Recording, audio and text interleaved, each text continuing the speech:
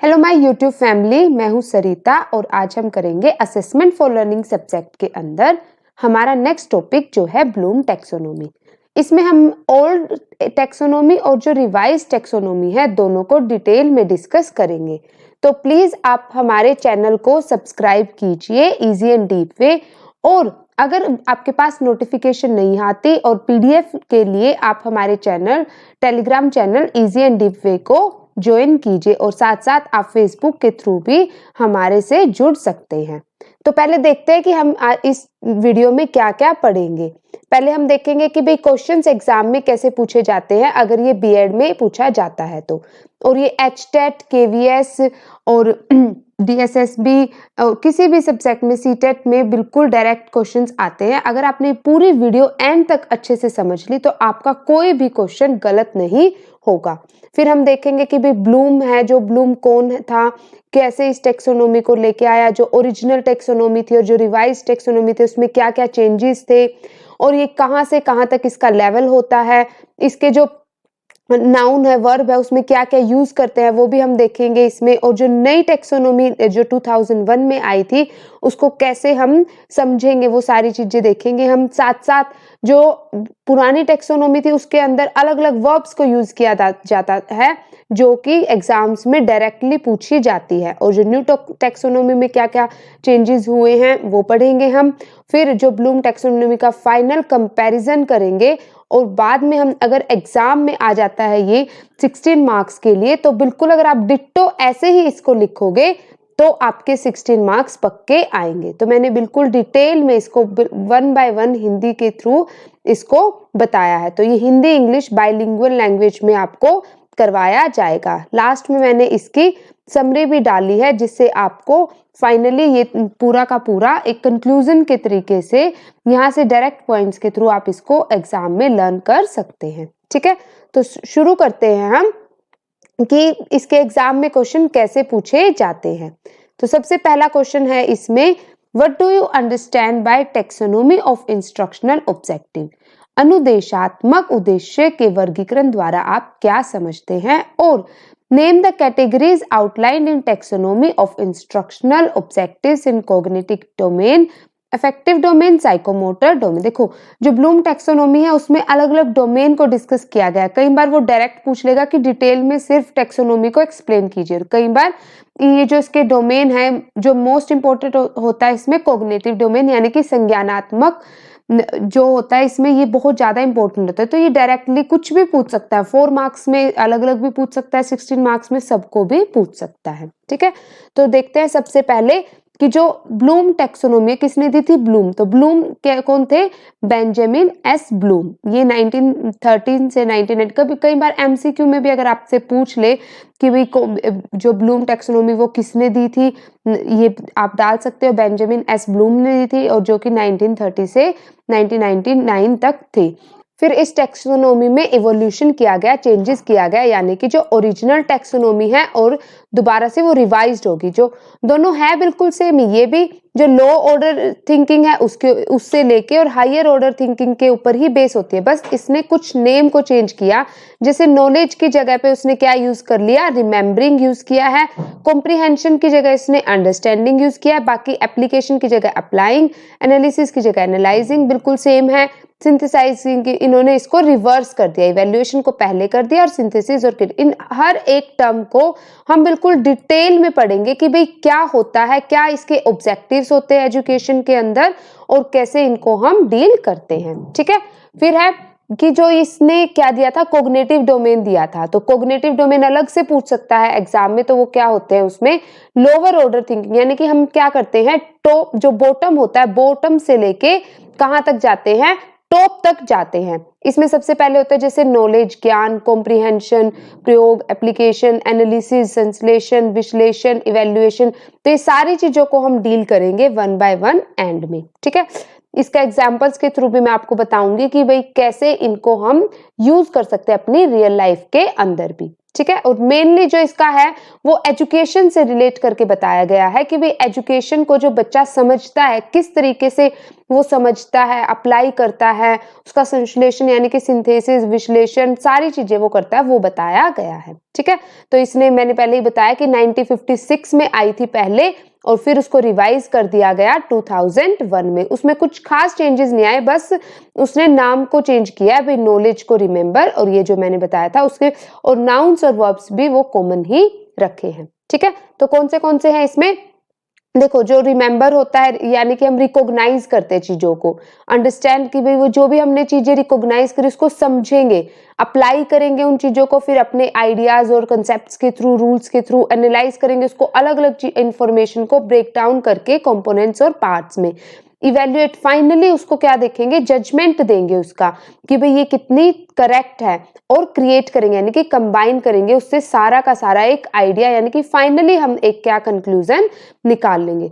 जैसे हम इसका अगर एक एग्जांपल लें तो मान लो जैसे अगर जो इसको बताया गया कि जो ये बॉटम से लेके टॉप तक होती है, बॉटम से टॉप की तरफ जाती है, तो मान लो कोई, अगर हम एग्जांपल ले कि कोई मर्डरर है, उसने कोई खून किया, तो वो क्या करता है कि वो जैसे उसने किया, उसने सारी चीजें प्लान की, प्लान करने के बाद वो सारी चीजें, वो खून हो गया, वो टॉप, बॉटम से टॉप की तरफ चला, लेकिन जब वो सीआईडी आएगी, सीआईडी क्या होगी, वो उसकी छानबीन करेगी, वो सीधा ये नहीं देखेगी कि भाई क्या हुआ, उसके सामने क्या है, लाश है, वो उसको सारी चीजों को बिल्कुल टॉप से लेके बॉटम तक, उसके बेसिस तक जाएगी। ऐसे ही एजुकेशन में होता है कि पहले हम क्या करते हैं, पहले हम बेसिक चीजों को सीखते हैं और तब उसके बाद कहां पर हम एडवांस में जाते हैं। तो मेन क्या होता है ब्लूम टैक्सोनॉमी के अंदर कि हम सबसे पहले लोअर क्यों होता है, क्यों माना जाता है, ये लोअर इसलिए माना जाता है कि पहले हम क्या करते हैं, बेस सीखते हैं और उसके बाद हम बॉटम, लोअर से लेके हाईएस्ट पे जाते हैं, क्योंकि हमें एडवांस चीजें सीखनी होती है। ठीक है। देख लेते हैं ये जो डेफिनेशंस अलग अलग डिफाइन किया गया, वर्ब्स यूज किए इसमें कैसे, भाई नॉलेज है, ज्ञान है, पहले हम किसी भी चीज की हम क्या लेंगे, नॉलेज लेंगे। जैसे मान लो मैंने एक सेलफोन खरीदा, तो मैंने वो चीजें खरीदी, मेरे को पहले मैं क्या सीखूंगी उसके अंदर कि भाई उसको ओपन कैसे करना है, फिर ओपन करने के बाद मैं कोई भी चीजें उसमें धीरे धीरे उसको आइडेंटिफाई करूंगी, उसमें अपनी पिक्स लूंगी, उसमें कोई भी अगर वॉलपेपर चेंज करना है, कोई भी चीजें करनी है, मैं उसको सीखूंगी। सीखने के बाद अब जो उसके अंदर इनबिल्ट फीचर नहीं है, मुझे अगर कोई ऐप डाउनलोड करनी है तो उसके लिए मैं क्या करूंगी, एक नया फीचर्स अप्लाई करूंगी, फिर उसको एनालाइज करूंगी कि भाई मैंने ये सीखा है, मैं दोबारा से इसको कैसे डिफरेंशिएट कर सकती हूँ, सिंथेसाइज करूंगी, मैं चीजों को मॉडिफाई कर सकती हूँ, रिकंस्ट्रक्ट दोबारा से उनको सीख सकती हूँ, और फाइनली मैं ये जज कर सकती हूँ कि हाँ मुझे मोबाइल चलाना आ गया। ठीक है। तो यही बता रहा है कि नॉलेज के अंदर पहले क्या करते हैं कि हम जानते हैं चीजों को, लिस्ट बनाते हैं उनकी, मैच करते हैं, मेमोराइज याद करते हैं, रिसाइट उनको बार बार बुलाते हैं, रिपीट करते हैं। ठीक है। और कॉम्प्रीहेंशन के अंदर क्या होता है, हम उनको क्लासिफाई करते हैं, जो चीजें मैंने, वो धीरे धीरे हम उसको सीखते हैं चीजों को। ठीक है। डिस्कस करते हैं, एक्सप्लेन करते हैं। तो एग्जाम में, डायरेक्ट एग्जाम पेपर में आ सकता है कि भाई जो ये डिस्कस करना होता है, कहीं इसमें रिपीट भी हो रही है कि वो जो मेन है वही हमें देखनी कि हम डिस्क्राइब करते हैं, तो वो किसके अंदर आता है, वो कॉम्प्रीहेंशन के अंदर आता है। ठीक है। तो ये सारी की सारी वर्ब्स हैं। फिर है, इनको चेंज कर दिया गया 2001 में। तो नॉलेज को क्या बोला गया है, रिमेंबर यानी कि हम चीजों को कैसे याद रखेंगे, तो वो डिस्क्राइब करेंगे, कोई भी चीज है अगर हमें किसी को बतानी तो हम उसको क्या करेंगे, डिस्क्राइब, नेम देंगे, फाइंड आउट करेंगे, ये सारे क्वेश्चंस के थ्रू आते हैं। फिर अंडरस्टैंड करेंगे, ये बिल्कुल ऐसे कैसे रखा गया है उसमें। फिर कंपेयर, ये कॉम्प्रीहेंशन की जगह हम उस चीज को अंडरस्टैंड, भाई पहले हमने उस चीज का ज्ञान प्राप्त कर लिया, अब उसको अच्छे से समझेंगे, फिर उसको अप्लाई करेंगे, यानी कि जब हमें वो नॉलेज कंप्लीट मिल गई तो हम उसको क्या करेंगे, उसका यूज करेंगे। ठीक है। उसको इलस्ट्रेट, एग्जाम्पल के थ्रू समझाने की कोशिश करेंगे। जैसे अब मैं आपको पढ़ा रही हूँ, पहले मैंने क्या किया, सारा का सारा ये मटेरियल इकट्ठा किया, सारा मटेरियल इकट्ठा करने के बाद मैंने खुद इसको समझा, इसकी पीपीटी बनाई आपके लिए, और वो करने के बाद अब मैं आपको इसको समझा रही हूँ। फिर उसके बाद आप क्या करोगे, समझ के इसको कंपेयर करोगे सारे की सारे टॉपिक्स को, और फिर उसको क्या करोगे, जस्टिफाई करोगे। जब आपका एग्जाम होगा, एग्जाम में जो भी चीजें आपने लिख के आओगे, तो उसके फिर क्या मिलेंगे, आपको मार्क्स मिलेंगे। तो उस मार्क्स के थ्रू फिर आप नई नई चीजों को इन्वेंट और नई नई चीजों में उसको अप्लाई भी कर सकते हो। ठीक है, तो ये सारे के सारे वर्ब्स बताई गई है एग्जाम्स में आपको। ये अगर एमसीक्यू बेस्ड आता है या फिर आप लिखते तो हम डिटेल में भी इसको करेंगे। तो फाइनल कंपैरिजन इसमें बताया गया है कि भाई कैसे अलग अलग स्टेप्स में बेंजामिन ने इसको यूज किया है। ठीक है, पढ़ते हैं वन बाय वन इसको, टॉपिक को। ब्लूम टैक्सोनॉमी तो किसने दी है? ये अभी मैंने बताया बिल्कुल अच्छे से, ये दी है बेंजामिन सैमुअल यानी कि एस ब्लूम यानी कि सैमुअल ब्लूम ने, जो कि कौन थे? एक अमेरिकन एजुकेशनल साइकोलॉजिस्ट थे। ठीक है, ये पूछ सकते हैं कि बेंजामिन कौन थे। तो क्वेश्चन किसी भी बेसिस पे आ सकता है, एचटेट में, सीटेट में, तो ये इसीलिए मैंने हर एक पॉइंट्स को बिल्कुल डिटेल में बताया है। तो इन्होंने क्या किया था? Who made contribution to the classification of educational objectives and to the theory of mastery learning. तो कैसे, जो इसने सबसे इंपॉर्टेंट क्या है, एजुकेशन के ऊपर फोकस किया कि भाई एजुकेशन में कैसे मास्टरी हासिल की जाती है, उसके थ्रू इसने इस टैक्सोनॉमी को अरेंज किया है। He was born in US, तो ये इसकी थोड़ी सी बताई हुई है कि भाई वो यूएस में बोर्न हुए थे 21 फेब 1913 से लेके 13 सितंबर 1999 तक। फिर है टैक्सोनॉमी। तो अब देखो टैक्सोनॉमी क्या होता है। वैसे टैक्सोनॉमी को का मतलब होता है अरेंज करना चीजों को, is nothing but the scientific process of arranging things into groups. यानी कि हम कह सकते हैं कि जो लॉ ऑफ अरेंजमेंट होता है वो क्या होता है?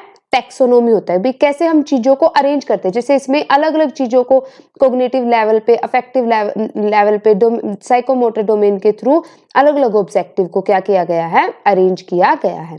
एजुकेशन अब इसमें क्या यूज किया गया? एजुकेशन को भी यूज किया गया। इसका मतलब क्या होता है? Modification of the behaviour of the individual. तो जब हम, अब देखो सिर्फ मैंने आपको पढ़ाया, चाहे अब शिक्षा का मतलब ये नहीं कि भाई हाँ उसको ज्ञान देना, इसका मतलब कि हम 2 घंटे ही पढ़ रहे हैं, 1 घंटा पढ़ रहे हैं, लेकिन उसको पढ़ने के बाद आपके बिहेवियर में क्या चेंज आया, उसका मतलब क्या होगा? एजुकेशन होगा। ठीक है, तो 3 एस्पेक्ट्स है इसके। कौन से? कॉग्निटिव, जिसका मतलब होता है नोइंग, जानना। ठीक है, अफेक्टिव, जिसका मतलब जो फीलिंग से रिलेटेड होता है। इससे पहले वाली वीडियो में भी मैंने इवैल्यूएशन में इसको डिस्कस किया है, आप देख सकते हो, उसका लिंक आपको यहाँ पे डिस्क्रिप्शन बॉक्स में गिवन होगा। उसमें भी मैंने बताया कि भाई इन डोमेन्स को कैसे यूज किया जाता है। और फिर है साइकोमोटर में क्या होता है? डूइंग, यानी कि हमारी जो मोटर स्किल्स होती है उसके थ्रू हम कैसे चीजों को अपने आप, हमारे हाथ में नहीं, जैसे हम अपनी आईज को ब्लिंक्स करते हैं, ब्लिंक होती है हमारी, तो वो हम अपनी, कई बार ऐसा होता है अपनी इच्छा से नहीं होते, वो ऑटोमेटिकली ही होते हैं। ठीक है, तो ये क्या कहा है इसमें कि भाई जो वट की क्या चीज करनी है, कैसे करनी है, ये सारी चीजें इसमें डील की गई है। ठीक है, जैसे कॉग्निटिव में थिंकिंग, प्रॉब्लम सॉल्विंग, क्रिएटिविटी, इसको डील किया गया। इफेक्टिव में हमारे इमोशंस को, एटीट्यूड्स को, मेंटल टेंडेंसीज को, वैल्यूज को, इन सबको क्या किया गया है? डील किया गया है। और जो फिजिकल एक्टिविटीज जैसे ब्लिंकिंग ऑफ आईज होगी और जो थिंकिंग होगी, सारी की सारी किसमें है? साइकोमोटर में इंक्लूड की गई है। ठीक है, नेक्स्ट देखते हैं। Bloom and his associates had classified objectives related to cognitive domain into 6। तो अब वन बाय वन हम इन सबको डिटेल में डिस्कस करेंगे। जो कॉग्निटिव है, इंपॉर्टेंट मोस्टली यही है कि ज्यादातर एग्जाम में कॉग्निटिव से रिलेटेड ही क्वेश्चन पूछे जाते हैं। तो इसने 6 पार्ट्स बनाए हैं इसके। मैंने पहले भी बताया था कि नॉलेज होता है, कॉम्प्रिहेंशन होता है, एप्लीकेशन होता है, एनालिसिस होता है, सिंथेसिस होता है, फिर इवैल्यूएशन होता है। तो नॉलेज का मतलब क्या होता है कि हम चीजों को कैसे, कि जैसे मैंने एग्जांपल दिया था मोबाइल वाला, कि हमारे पास मोबाइल है, सबसे पहले हमारे पास है तो हमें उसकी नॉलेज होनी चाहिए कि भाई हाँ ये खुलेगा कैसे, इसमें पासवर्ड होता है। अगर हमारा मोबाइल चोरी हो जाता है, किसी के पास जाता है, तो सबसे पहले अगर वो अपने पास रखता है उस मोबाइल को, तो वो क्या देखेगा कि भाई हाँ कि मुझे इसका पासवर्ड कैसे खोलना है। ठीक है, तो नॉलेज किसी भी चीज से हो सकती है, वो एजुकेशन में भी अप्लाई होती है। जैसे हम counting, addition, subtraction, multiply, divide, formula, सारे नॉलेज से ही आते हैं। तो ये क्या होता है, सबसे इंपॉर्टेंट पॉइंट है ये कि ये पहला तो है ही, लेकिन ये लोवेस्ट लेवल होता है। ठीक है, क्योंकि ये क्या होती है, बॉटम से टॉप की ओर जाती है, यानी कि बेसिस से लेके एडवांस की तरफ लेके जाती है क्या? Bloom taxonomy. ठीक है, फिर from content view point there are following 3 level in knowledge. तो नॉलेज के भी आगे 3 लेवल्स बताए गए हैं। नॉलेज ऑफ स्पेसिफिक्स किसी भी चीज में अगर हम स्पेशलिटी लेते हैं, उसकी टर्म्स को, उसकी फैक्ट्स को, उसके इंफॉर्मेशंस को समझने की कोशिश करते हैं। उसको भी दो भाग में डिवाइड किया गया है आगे, नॉलेज ऑफ टर्मिनोलॉजी और स्पेसिफिकेशन। ठीक है, तो अलग अलग डेफिनेशंस को समझना टर्मिनोलॉजी होगी, और स्पेसिफिक फैक्ट्स को समझना जैसे data, events, person, place etcetera, उसको क्या बोलेंगे, स्पेसिफिकेशन बोलेंगे। और फिर नेक्स्ट है इसमें knowledge of ways and means of dealing with specifics, कि कैसे हम अलग अलग स्पेसिफिक्स जो हमने इवेंट्स, पर्सन, डाटा था, प्लेस था, उससे डील कैसे करना है, स्टडी कैसे करना है, जज कैसे करना है, क्रिटिसाइज कैसे करना, ऑर्गेनाइज कैसे करना है, ये सारी चीजों को हम इसमें देखेंगे। ठीक है, नेक्स्ट है इसमें it further divided into 5 categories, तो उसको भी फिर आगे मतलब इसकी ऐसे कैटेगरीज बनाई गई है कि भाई कैसे हम नॉलेज को बिल्कुल परफेक्ट तरीके से समझ सकते हैं। तो सबसे पहले इसमें फिर बताया गया है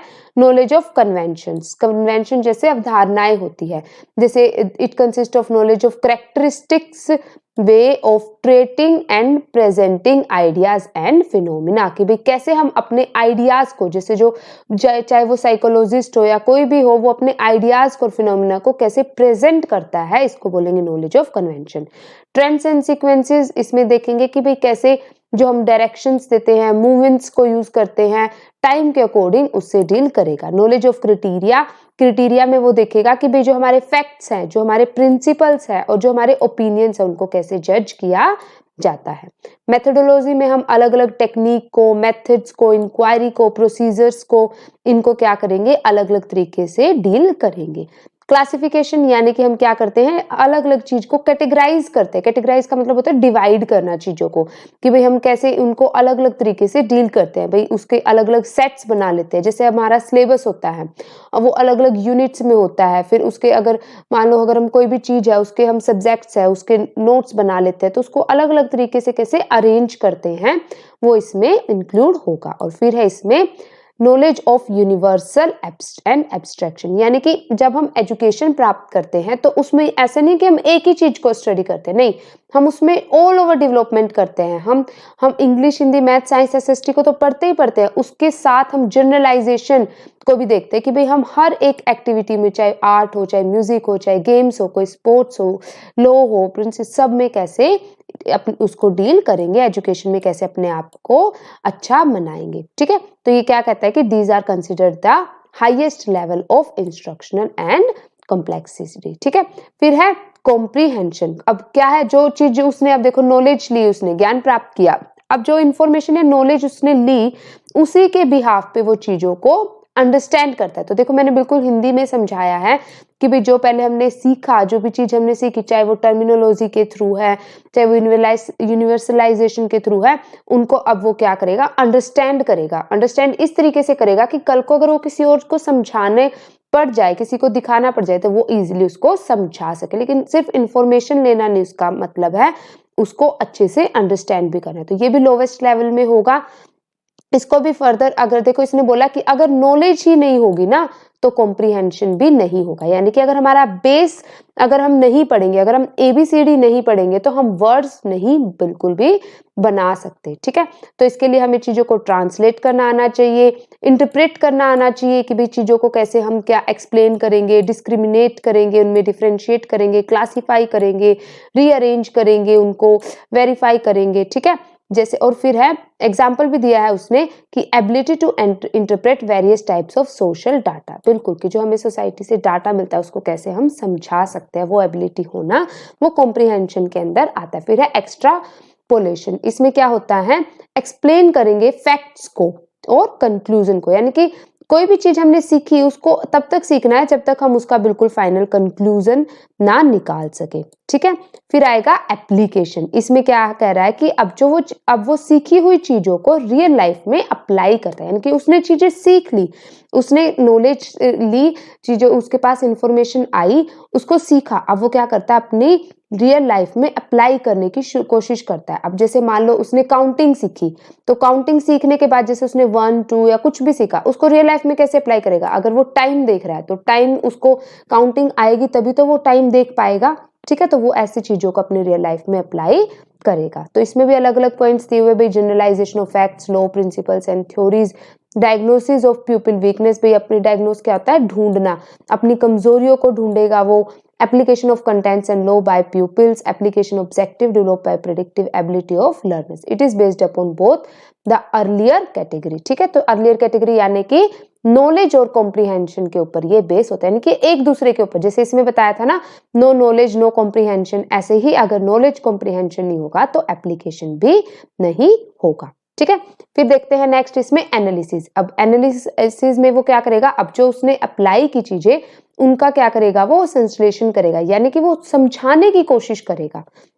तो the analysis objective consist of division of content into its elements and these are mutually related। बिल्कुल, तो उसको अलग अलग पार्ट्स में डिवाइड करेगा। कैसे, जैसे इसने 3 एलिमेंट्स बताए गए हैं। पहले क्या है, analysis of elements, analysis of organised principles और रिलेशनशिप। तो एक दूसरे के साथ उनको रिलेट करके चीजों को फिर समझेगा। ठीक है, फिर है it is possible only when above objectives have been. तो ये पॉइंट सब में है कि भाई पहले वाले पॉइंट्स होंगे तभी वो आगे सीखेगा। अगर उसको काउंटिंग आएगी, काउंटिंग के बेसिस पे वो आगे ऐड सब्ट्रैक्ट करना सीख पाएगा, उन्हीं के बेसिस पे आगे बड़े फॉर्मूलाज और बड़े बड़ी एप्लीकेशन करना सीख पाएगा। ठीक है, फिर है सिंथेसिस। सिंथेसिस में क्या होता है, वो अब जो चीजें की है उसने वो दूसरों से कम्युनिकेट कैसे करेगा, दूसरों को कैसे एग्जाम्पल बनाएगा, वो बताएगा कि it is termed as the creative objective. अब वो अपनी क्रिएटिविटी के बेस पे उसको चीजों को सीखेगा और सिखाएगा। ठीक है, इसमें क्या क्या इंक्लूड होगा, प्रोडक्शन ऑफ यूनिक कम्युनिकेशन, बिल्कुल वो अपना यूनिक एक तरीका से लगाएगा उसमें, जैसे हम रिसर्च करते हैं। Production of a propose set of operations, production of set abstract relations. फिर है इवैल्यूएशन। फाइनली वो क्या करेगा, ये हाईएस्ट लेवल की थी, मतलब एडवांस लेवल का ऑब्जेक्टिव माना जाता है कॉग्निटिव डोमेन में, कि जो भी उसने चीजें पहले उसने नॉलेज ली, कॉम्प्रीहेंशन किया, फिर उनको क्या किया, अप्लाई किया, एप्लीकेशन, फिर एनालिसिस, सिंथेसिस। अब वो क्या है, अब हम एग्जाम दे रहे हैं, हमने ये सारी चीजें पढ़ ली, पढ़ के हमने एग्जाम में ली, अब हमें जब फाइनल रिजल्ट मिलेगा तो वो इवैल्यूएशन से पता चलेगा कि भाई हमने कितना सीखा। तो इसमें जजमेंट को इंक्लूड किया जाता है। ठीक है, वो इंटरनल भी हो सकता है और एक्सटर्नल भी हो सकता है। It develops the power of judgement, बिल्कुल, it consist of quantitative and qualitative judgement. तो ये टॉपिक्स पहले भी हम डिटेल में डिस्कस कर चुके हैं। ठीक है, फिर नेक्स्ट क्या है इसमें, अफेक्टिव डोमेन। तो अफेक्टिव डोमेन में क्या होता है, वो उसकी फीलिंग्स को, इंटरेस्ट को, इमोशंस को, मतलब फीलिंग्स के थ्रू भी अपने एटीट्यूड्स को, मेंटल टेंडेंसीज को कैसे